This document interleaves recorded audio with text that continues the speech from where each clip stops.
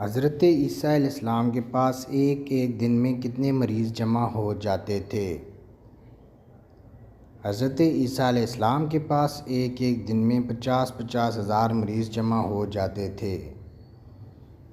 حضرت خالد بن ولید رضی اللہ تعالیٰ عنہ کی وفات کہاں ہوئی تھی؟ مدینہ میں۔ قرآن پاک کی کس پارہ میں صرف ایک سورت ہے؟ دوسرا پارہ میں۔ اسلام میں سب سے پہلا جمعہ کب ادا کیا گیا؟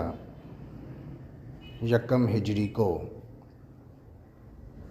حضرت جرجس نے کافروں کے اصرار پر کس معجزے کا اہتمام کیا؟ مردوں کو زندہ کرنا۔ سیف الاسلام کس معزز صحابی کا لقب ہے؟ حضرت خالد بن ولید رضی اللہ تعالیٰ عنہ کا۔ فتح مکہ پر حضرت محمد صلی اللہ علیہ وسلم نے کیا اعلان کیا تھا؟ عام معافی کا اعلان کیا۔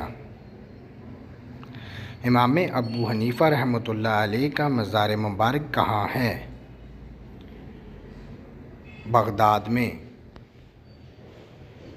وہ کون سا نیکوکار شخص ہے جو گنہگار سے بھی بد نصیب ہے؟